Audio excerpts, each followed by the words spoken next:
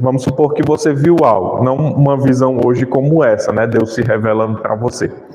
Mas se você está à noite em casa, vai tomar uma água e vê um bicho assim, um rato passa, mas você ainda com sono não identifica muito o que é. Aí alguém te pergunta, o que é que você viu? Aí você vai descrever algo que você viu. Como é que você vai descrever? Com coisas que você conhece, né? Se você viu algo, se você viu um carro novo, se você viu um objeto novo, se você viu um animal, descobriu um animal novo, como você vai descrever esse animal? Com base naquilo que você já conhece. Então, nós usamos formas de linguagem para descrever o que nós não conhecemos de fato. E é isso que vai acontecer aqui em Ezequiel. Há estudos que dizem que a mente humana ela não pode criar algo novo, sem referências. Por exemplo, é certo que você não pode sonhar com algo novo, vocês sabiam? Você só sonha com o que você conhece. Se você sonha com alguém, está numa festa, sonhei que estou numa festa. Todo rosto que você vê nessa festa, você já viu, você conhece.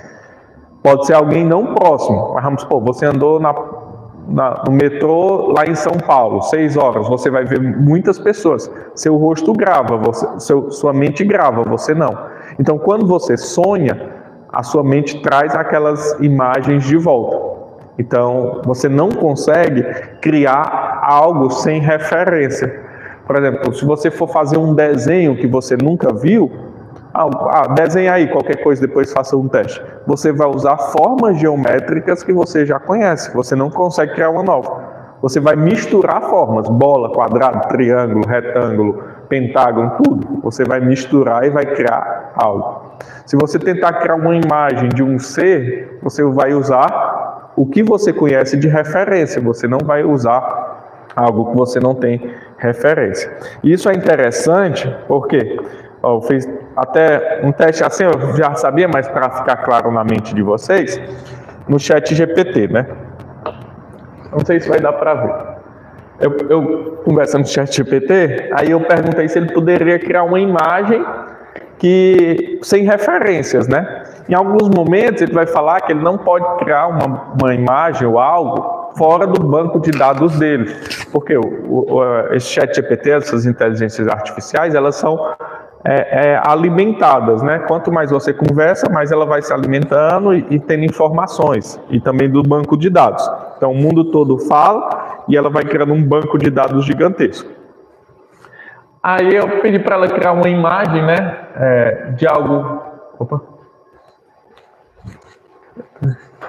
Obrigado.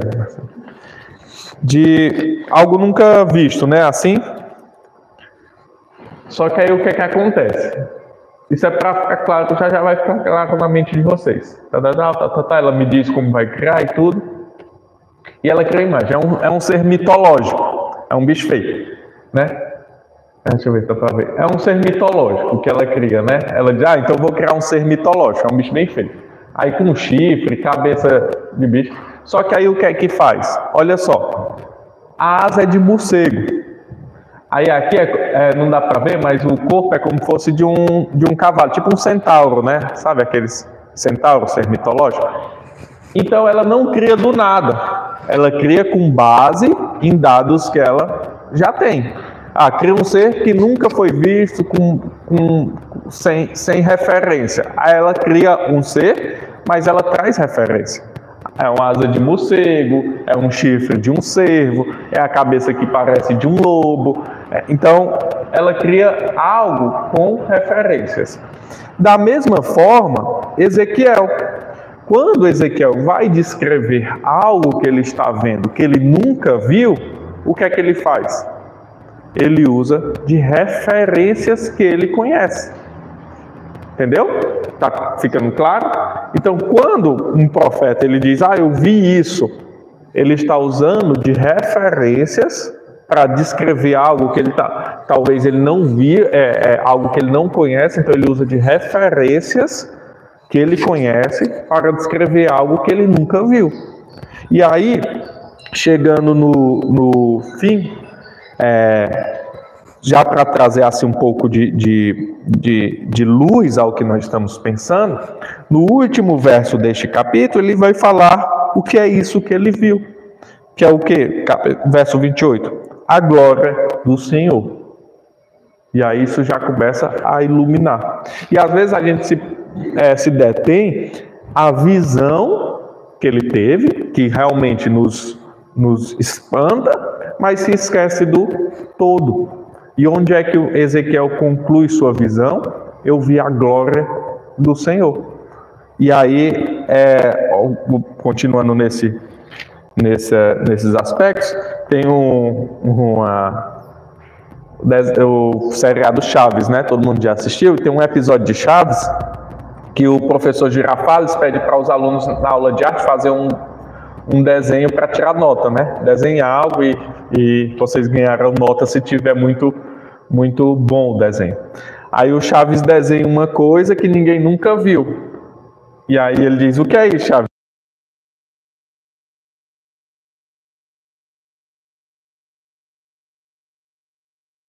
O Girafales diz, mas o que é isso? Aí ele diz, é isso aí, justamente isso. Aí ele tem que tirar 10, né? Por quê? Porque ninguém nunca viu. Então, veja, é mais ou menos esse aspecto. Mas mesmo assim, se você olhar para a imagem do Chaves, ele vai usar o quê? Círculos, quadrados, formas conhecidas. Mesmo sendo algo da imaginação, é um seriado, né? Mas dá para trazer isso para a gente.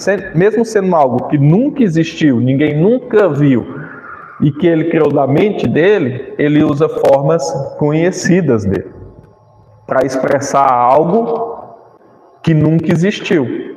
Ele usa formas conhecidas. É justamente isso que a gente vê em Ezequiel. Para expressar algo nunca visto, ele usa formas que ele já viu. Então, é essa expressão que é usada ali, é isso que nós devemos imaginar em Ezequiel. Caminhando um pouco, um renomado estudioso, erudito, puritano, William Greenhill, caracterizou o livro de Ezequiel como cheio de majestade, obscuridade e dificuldade. Então é um livro bastante difícil de nós interpretarmos no português e muito mais no hebraico. É um livro bastante difícil. Ezequiel e Daniel são livros assim com uma dificuldade bastante grande. Uma das formas de elucidarmos muitas questões do livro é entender que faltam palavras para Ezequiel que, embora consciente, não podia descrever e registrar adequadamente a visão que ele tinha. As coisas não podem ser descritas pelo que elas são realmente, mas somente em relação a outras ideias familiares e conceitos. Então ele não poderia descrever com facilidade e com muita lucidez o que ele estava vendo, a não ser associando com coisas mais conhecidas e que as pessoas também fossem entender. Mas nós também vamos observar, não sei se eu botei mais à frente, que a revelação, como em todas as escrituras, ela é progressiva. E aí nós vamos ver que aqui, eu botei mais na frente, mas já...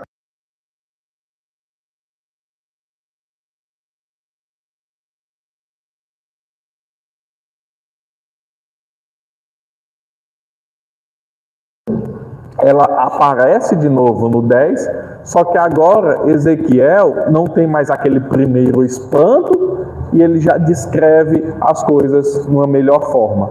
E aí ele vai dizer que esses seres que ele estava vendo, que ele não consegue descrever a princípio, eram o quê? Querubins, eram anjos. E aí a gente começa a entender porque quando os anjos aparecem, eles falam assim, não temas.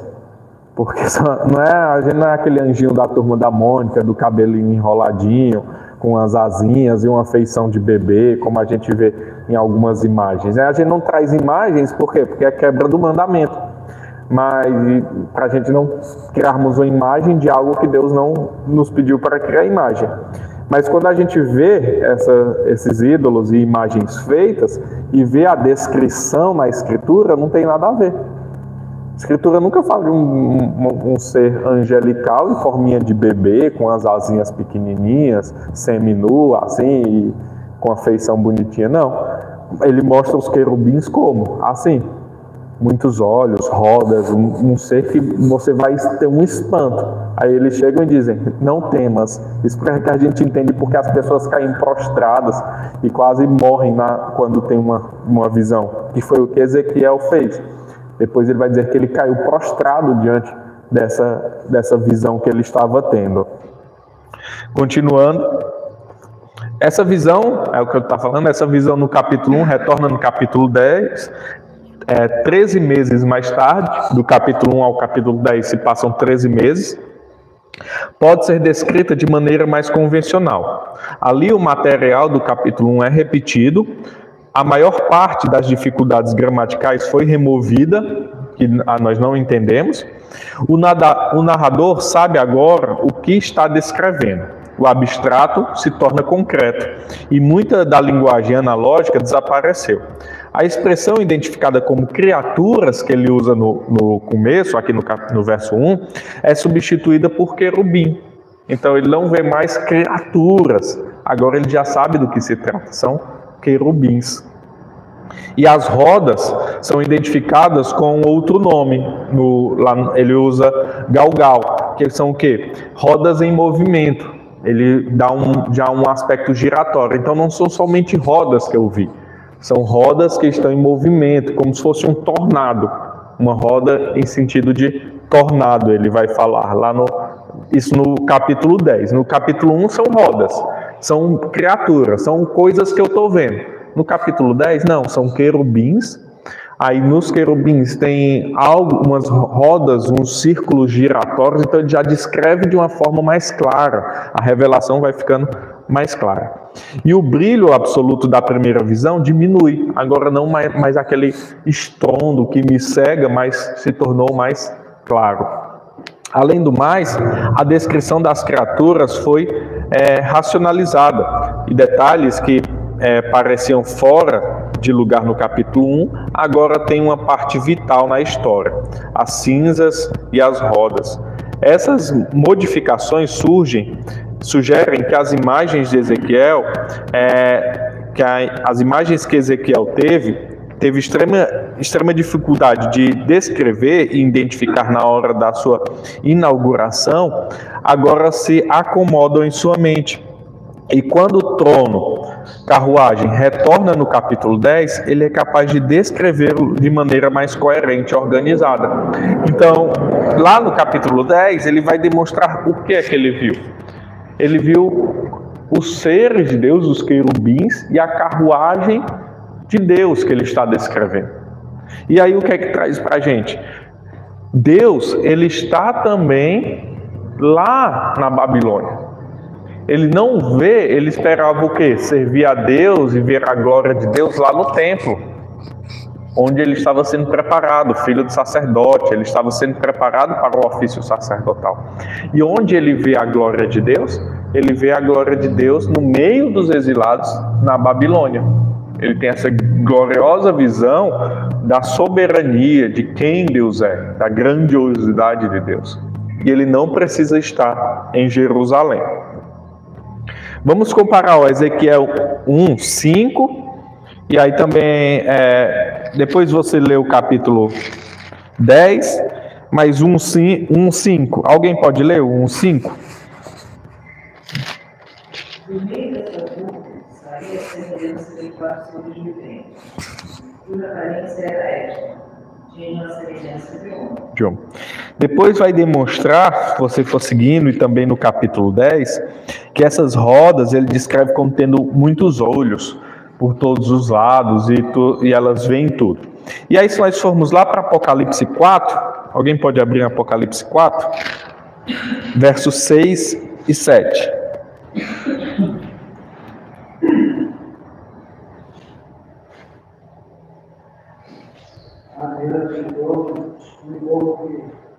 Mais rico que a mulher cristal. Também veio o dono que a volta do dono, 4 residentes cheios de óleo, por diante do traço.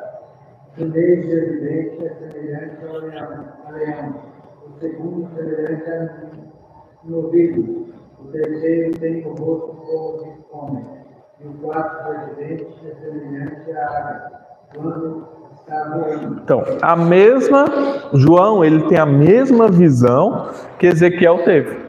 Só que João, ele é levado por Jesus até essa visão dos céus. E Ezequiel, lá na Babilônia, o Senhor traz essa visão para ele desses seres. Então, é a mesma coisa que ele vê. Um em homem, um em leão, um em boi, um em novilho, né? E um em águia. A mesma coisa, cheio de olhos. Mesma visão que Ezequiel tem, João tem, desses seres celestiais. E aí, um estudioso, Daniel Bloch, ele vai descrever essa elucidação, né, e como a maioria dos estudiosos reformados eles entendem. É como eu estava falando, ele pega aspectos de algo que ele não conhece e para descrever ele coloca em formas conhecidas. E quais são as formas que ele apresenta? O que é que Ezequiel ele viu? O leão era conhecido, ele pega principalmente os animais mais conhecidos daquele período e daquela região. Leão a gente tende a imaginar leão somente na África, mas um dos pontos que tem um leão é naquela parte do Oriente. Ali tem leão também. A gente quando imagina leão e animais assim diferentes, é só mais na África, mas não, no Oriente também. Leão, boi, águia e o ser humano. E o que isso representa? O leão, por sua força, ferocidade e coragem. Se você abrir em Juízes, Samuel, você vai mostrar que a Escritura sempre demonstra isso. Um leão que é a sua força, sua feroz, sua coragem, sua onipotência. É o rei, né? O rei da selva, como a gente conhece. Então servia como um símbolo da realeza. Todos os reis, eles se apresentavam, de certa forma, como um leão. Se você for ver filmes antigos, um rei como um leão, um rei carrega um leão assim no ombro, morto, né? É uma demonstração de realeza. A águia era o mais rápido e mais majestoso de todos os pássaros. Como é que João viu? Uma águia como quem voa. Eu vi um ser que parecia uma águia quando voa. Como assim? Uma águia, quando ele está assim, ele está batendo asa? Como é? Não, mas ele está descrevendo algo para ficar claro em nossa mente. Eu vi uma coisa. E a imagem era de uma águia quando voa. A majestade, a velocidade. Quem é a águia, entendeu? Então, o mais majestoso de todos os pássaros. O boi, ou bezerro, ele não especifica, né? Ele usa bezerro, era o mais valioso dos animais domésticos. Vamos abrir lá em Provérbios 14. Provérbios 14, 4.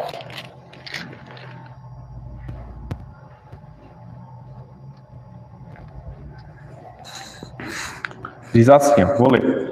Não havendo bois, o celeiro fica limpo, mas pela força do boi, a abundância de colheita.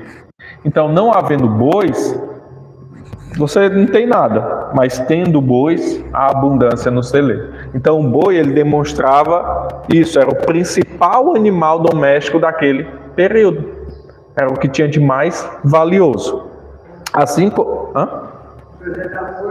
para representar a força. Assim como funcionava como um símbolo de tanto de fertilidade quanto de divindade, por causa da força do boi. Então ele demonstrava isso, né? É o mais significado, é o mais dignificado e nobre de todos os seres viventes. Quem? O homem, que é a última imagem que ele vê. Então, o ser humano é criado à imagem de Deus.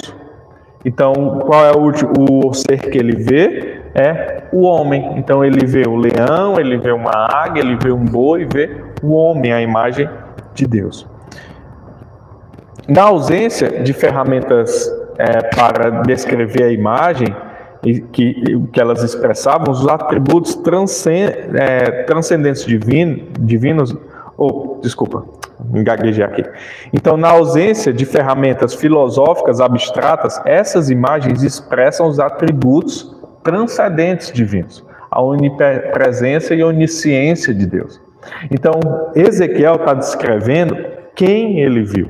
A majestade de Deus, a potência de Deus, a força de Deus, a realeza de Deus, a onipresença, a onisciência, os olhos, tudo, vendo tudo. Então, ele tem muitos olhos, então não há nada que fuja do seu olhar, não tem nada que saia da sua presença, não tem nada mais glorioso do que ele está vendo. Ele vê trovões, ele vê algo como em brasa, ele vê uma grande luz. Então, ele está descrevendo a glória de Deus que está sendo... Uma coisa que ele sempre enfatiza é o fato que, no final, ele relatar que a aparência do homem. Sim, ele vai ver, a gente já vai pegar. Aí em cima, na carruagem, tem um ser como se fosse com aparência de homem, né?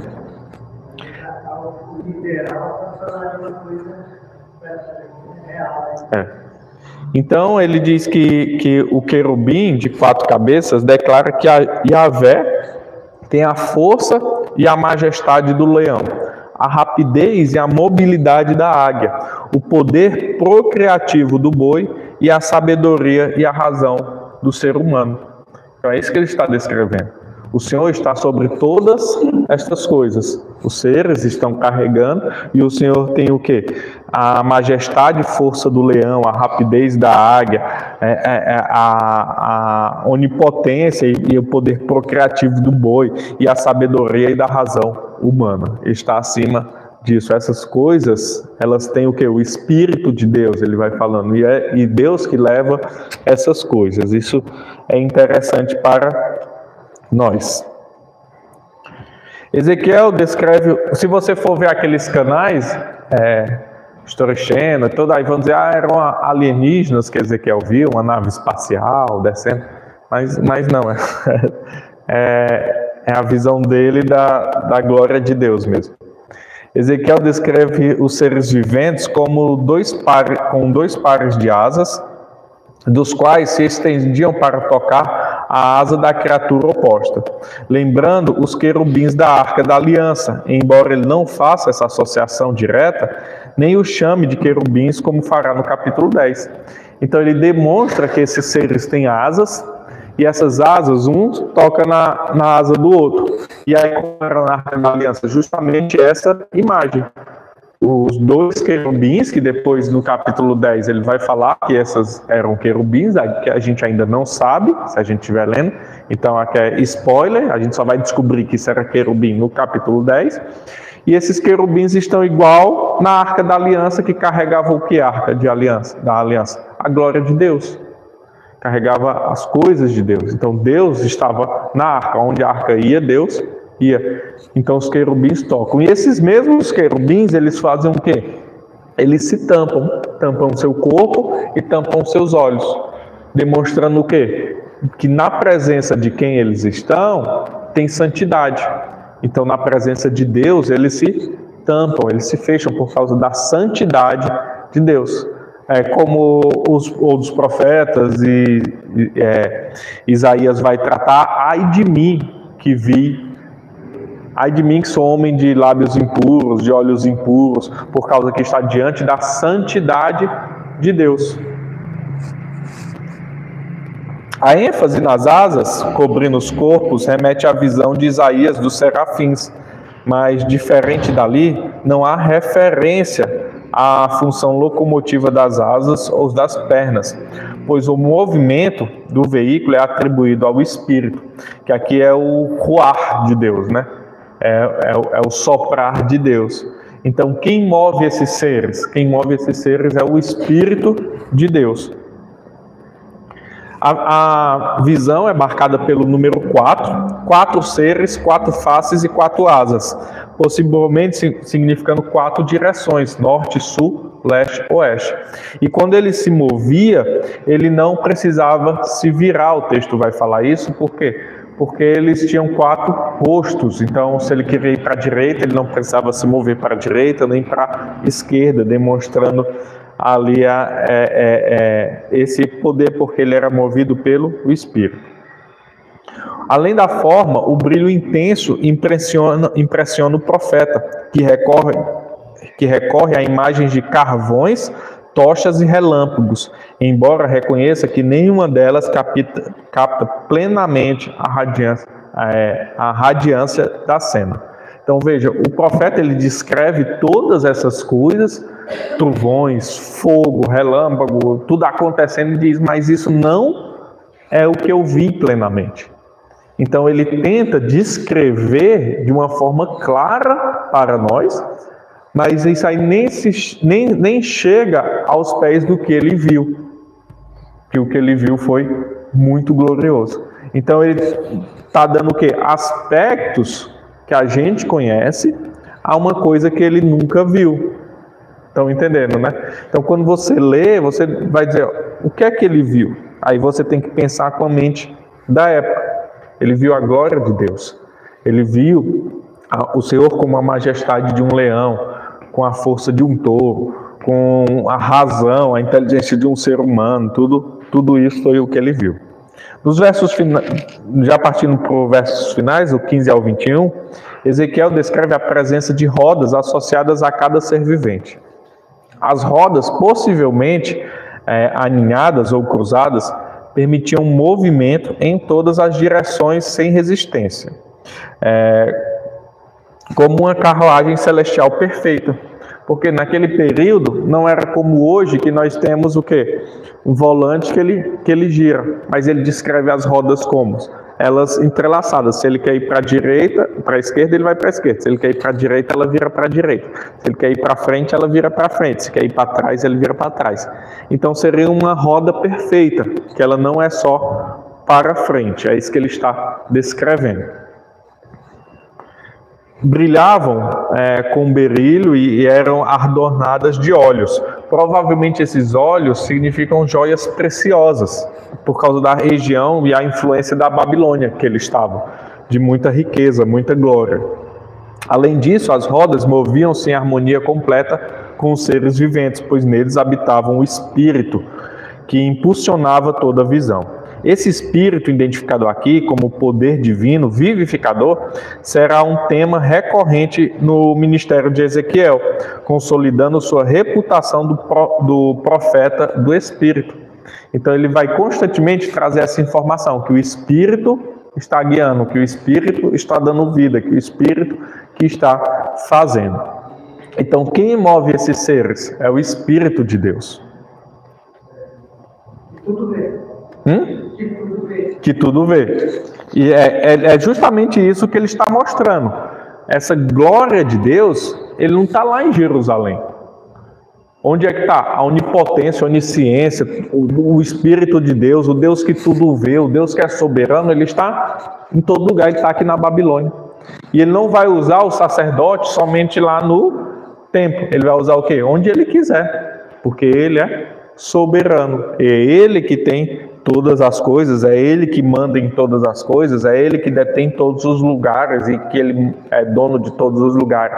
Aí depois Ezequiel vai trazer o quê?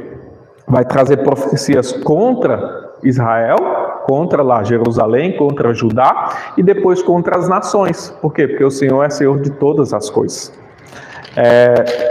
Depois, se você for vendo os capítulos 2, 3, 4, 5. Semana que vem eu passarei por esses capítulos e a gente vai trabalhar também, porque esse capítulo 1 aqui do livrinho é mais introdução. A gente vai tratar o 2, 3, 4, 5 e entrar no capítulo 2 do livro. Mas você vai ver como o Senhor trata Ezequiel pela primeira vez, né? E como ele demonstra a infidelidade de Israel, demonstrando algo que é interessante. Por quê? Porque Ezequiel, ele está no meio do povo exilado. Mas o Senhor dá uma palavra também para o povo que ficou lá ainda. Então, ele está falando do povo que está lá em Jerusalém, da infidelidade, e ele está falando também para o povo que está lá no exílio. E é interessante, aqui ó, capítulo 3, veja só.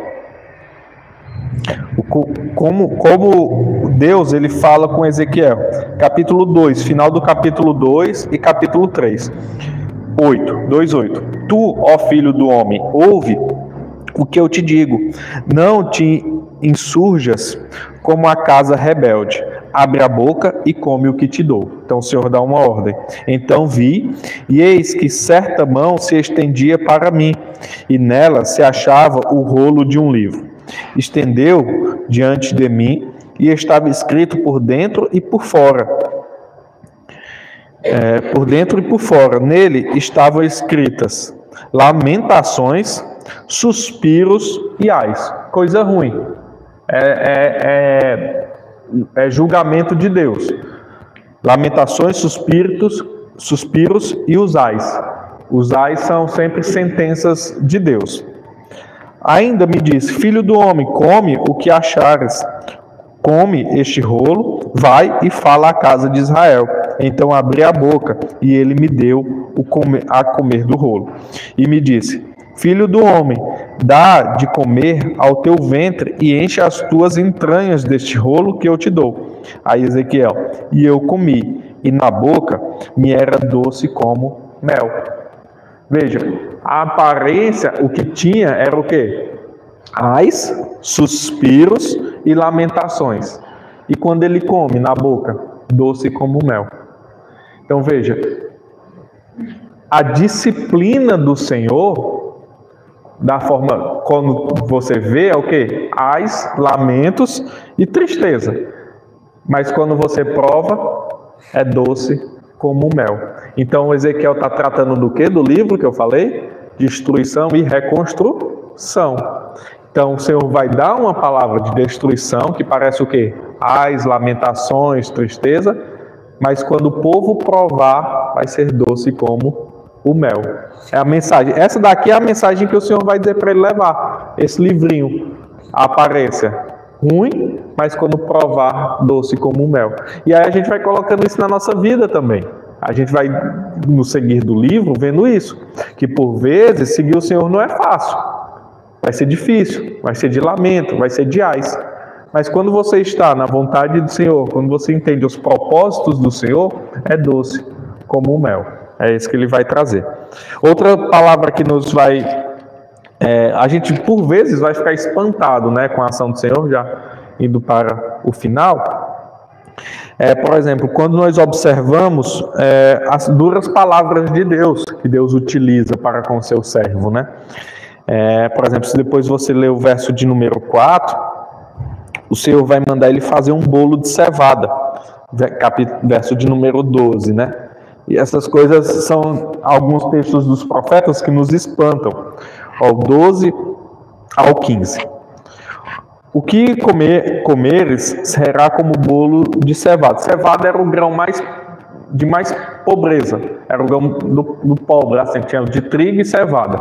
E aí alguns estudiosos vão dizer até que os árabes, por um período, alguns dos povos árabes nesse período, chamavam os judeus de bolos de cevadas, porque era tipo o bolo mais ruinzinho que tinha. O trigo era o grão mais nobre e a cevada o grão mais pobre.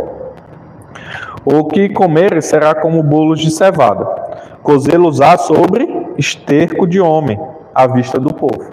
Então como é que ele iria fazer o bolo de cevada? Com esterco de homem. Olha como é forte. Então disse eu: Senhor Deus, eis que minha alma não foi contaminada, pois desde a minha mocidade até agora nunca comi animal morto de si mesmo, nem dilacerado por feras, nem carne abominável entrou na minha boca. Quer dizer, Senhor, eu sou sacerdote, sou filho de sacerdote, eu tenho minha vida pura, eu nunca fiz nada impuro, eu tenho aqui, nunca comi nada impuro, como é que eu vou fazer um negócio desse? Aí Deus faz o quê? Tá bom. Então ele disse: deite esterco de vaca em lugar de esterco humano, sobre ele prepararás o teu pão. Tá bom. Você nunca comeu nada impuro? Pois tu não vai comer esterco de homem não, tu vai comer só de vaca. Olha a força da palavra que Deus dá. Ele tá... Eu entendi que o pão seria assado no esterco, não feito no esterco. Sobre o esterco, né? No esterco, assim, em cima, né? Sobre o esterco, né? Feito sobre o esterco. Mas ali é pegando mesmo, né? Não é misturado, que eu falei misturado, né? Não é misturado, é em cima do esterco. E aí ele usa dessa palavra para descrever o quê? Depois ele vai falar a relação do povo com ele. É interessante. A mesma forma como depois quando ele fala da esposa e de tudo. É a relação do povo com Deus, né? Aí ele, ó, do 17. 16 e 17. Disse-me ainda, filho do homem, eis que eu tirarei o sustento de pão de Jerusalém. Comerão o pão por peso e com ansiedade beberão a água por medida e com espanto. Porque lhes faltará o pão e a água. Espantar-se-ão uns com os outros e se consumirão nas suas iniquidades. Ele está mostrando a ruindade, o que vai acontecer de ruim com o povo, né? Isso é algo que nos chama bastante atenção, assim, nessas palavras. Então, finalizando, Ezequiel, então, no capítulo 1, ele vai ver a glória do Senhor, diz no verso 28 do capítulo 1, né? Como o aspecto de arco que se aparecem na nuvem em dia de chuva. O que é o arco em nuvem na dia de chuva? É o símbolo da aliança dada lá a Noé, Gênesis 9, se não me engano. O Senhor dá o arco como um símbolo da aliança, como aspecto de arco que aparece na nuvem em dia de chuva. Então ele vê a aliança do Senhor lá na Babilônia, no exílio. Assim era o resplendor em redor. Essa era a aparência da glória do Senhor. Vendo isto, caí com o rosto em terra e ouvi a voz de quem falava. Então, diante dessa imagem do resplendor é o que? Aquele clarão, brilho, trovões, tudo que ele estava vendo, ele cai com o rosto em terra. E se nós formos lá para Hebreus 1:3, o que Ezequiel, de certa forma, estava vendo? Hebreus 1:3. Alguém pode ler?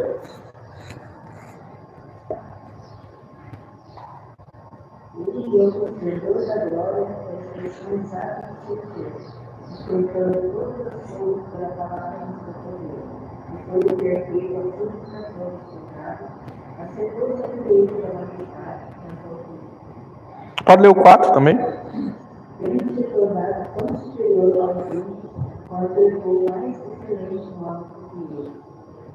Então, ele é o resplendor da glória de Deus. Então ele estava tendo uma imagem ali da glória de Deus. Quem é a glória de Deus? Quem é o resplendor da glória de Deus? Jesus Cristo. Deus, Pai, ele é Espírito. Ninguém nunca verá Deus, Pai. Jesus diz, quem quer ver o Pai, quem vê a mim, vê o Pai. Então, quem Ezequiel viu lá como forma de homem em cima do trono e aquela glória e o resplendor da glória de Deus? Cristo. Ele teve uma imagem do que viria a ser Cristo. Então, ele estava vendo a glória de Deus. E a glória de Deus é Jesus Cristo. Então, tudo aquilo representava o quê? Cristo. Representava aquele que haveria de vir. E aí é aquele por quem vem a restauração. Então é isso que ele está vendo. Por quem vem a destruição e depois a restauração. Então foi isso que Ezequiel viu. Era isso que Deus estava demonstrando para ele, que é o que vai ser tratado em seu livro, né? Dúvidas ou contribuições? Só...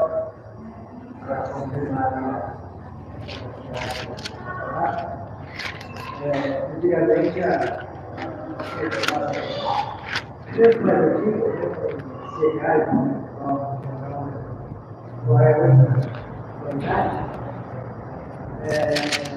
os antigos eles usavam para replicar o programa. E já falando aí, Deus manda ele replicar o pão e serviu lá a minha volta veio isso, que ele passa para a gente replicar o pão. Interessante. Então seria como se fosse o forno, né? Como se fosse o forno ou combustível para acender o fogo, né? De combustível. Até aquela casa antigamente era bem. E o pastor, tudo que ele fazia, esse deitado da mesa, tudo isso que ele fazia só, Deus mandava ele fazer, ou ele participava isso com os outros ensinados. Ele fazia com o povo dele.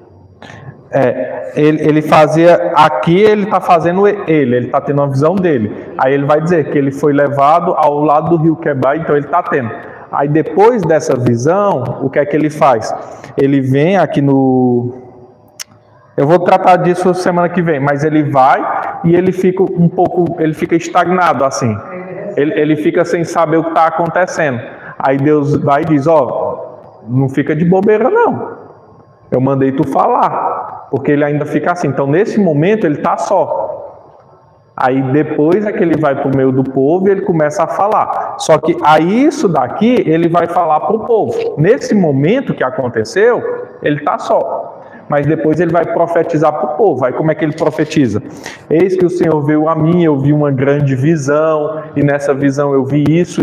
Então, ele vai pregar para o povo. Preparando ele para falar. Aqui é o chamado. Aqui Deus está chamando ele. Aqui é o chamado ministerial dele, esse começo. Ele está sendo chamado. Só que depois, como está escrito, ele falou. Ele pregou isso, ele profetizou isso. Deus chegou para mim, como foi meu chamado? Deus chegou para mim, eu tive a visão. A visão da glória de Deus era assim, assim, assado. E Deus mandou eu falar isso aqui para vocês. Deus disse que ia acontecer isso. Então, tudo isso que ele está descrevendo aqui, ele falou. E aí, outra pessoa ia anotando quem ali é um discípulo dele, anotando os seus escritos, como a gente viu. Mas tudo aquilo ele profetizou. E há momentos que ele estava só. Há momentos que nós vamos ver que ele estava no meio da multidão, que ele pregava a multidão, como se fosse uma pregação mesmo. Ele profetizava, como ele está pregando para o povo. Eis que Deus está falando. Vocês devem fazer isso e isso. Deus vai fazer isso e aquilo. Então há momentos que ele está só e há momentos que ele está no meio do povo. Normalmente essas visões, esses atos que ele tem de virar para um lado, ele está só que aí depois ele traz ao conhecimento do povo. Entendeu, pai? A gente vai ver. Deus fala que é o povo creia ou não creia, mas ele tem que falar. Aqui no capítulo 3, 3,14. Então o Espírito me levantou e me levou, e fui amargurado na hesitação do meu espírito, mas a mão do Senhor se fez muito forte sobre mim. Então fui até Abibe, aos do exílio que habitavam junto ao rio Quebar, e passei a morar com eles, passei a habitar onde eles habitavam. E por 7 dias assentei-me ali, atônito no meio deles. Então, ele teve essa visão, ele foi para esse local e ficou lá 7 dias assim, atônito, sem saber o que estava acontecendo direito, porque olha a visão que ele teve, né? Olha o que o Senhor estava demonstrando para ele, fazendo o chamado dele. Então, ele ficou meio que assim, anestesiado, né? Aí, depois dos 7 dias, o Senhor diz, eu vou fazer com que você vá e fale. Você ainda vai esperar um pouco, mas chegar o momento que você vai e você vai falar. Aí ele diz, filho do homem, 17, eu te dei por atalaia sobre a casa de Israel. Atalaia é o que leva a mensagem. Então eu te dei sobre o atalaia da casa de Israel. Da minha boca ouvirás a palavra e os avisarás da minha parte. Então agora é que ele vai começar a falar. Aí a partir desse momento, Deus vai dizer, você vai dizer isso, isso e isso. Aí ele vai para o povo e vai falar essas palavras, entendeu? Então como é que ele chega no povo? Olha, Deus veio a mim em um momento que eu estava aqui exilado e eu tive uma grande visão. Que visão foi essa? Eu vi a glória de Deus. Como é a glória de Deus? Eram umas bolas, um ser como um cavalo, como uma águia, em cima uma carruagem, é o Senhor em cima dela, e eu vi a glória de Deus e relâmpago, e um fogo como um carvão em brasa, e assim tomou conta de mim, e eu caí no chão, porque a glória era muito grande, e aí eu fiquei... Então é isso que ele vai contar para o povo, e aí é isso que nós estamos lendo, né? Mais alguma? Tudo vai ficando mais claro, a gente vai tratando cada momento certinho. Mais alguma contribuição? Então vamos orar neste momento e encerrar. As crianças, elas ensaiaram ali para o coral, elas vão cantar à noite, mas hoje tiveram no Soldados de Jesus 5 presentes, Defensores da Fé 2 e Geração Eleita 3 presentes. Então, e eles tanto ensaiaram, como também hoje foi dada a aula sobre a história da nossa igreja para eles, né? Como começou. Vamos então orar e nós encerramos. Santo Deus, maravilhoso Pai, graças te damos, Pai, pelo teu amor, graças te damos, Pai, pela tua bondade, por tudo que o Senhor tem feito em nossa vida. Senhor, nos dá sabedoria e inteligência, nos ajuda, Pai, a estarmos mais próximos de Ti e entendermos Tua mensagem, Pai. É no nome de Cristo Jesus que oramos e te rogamos. Amém.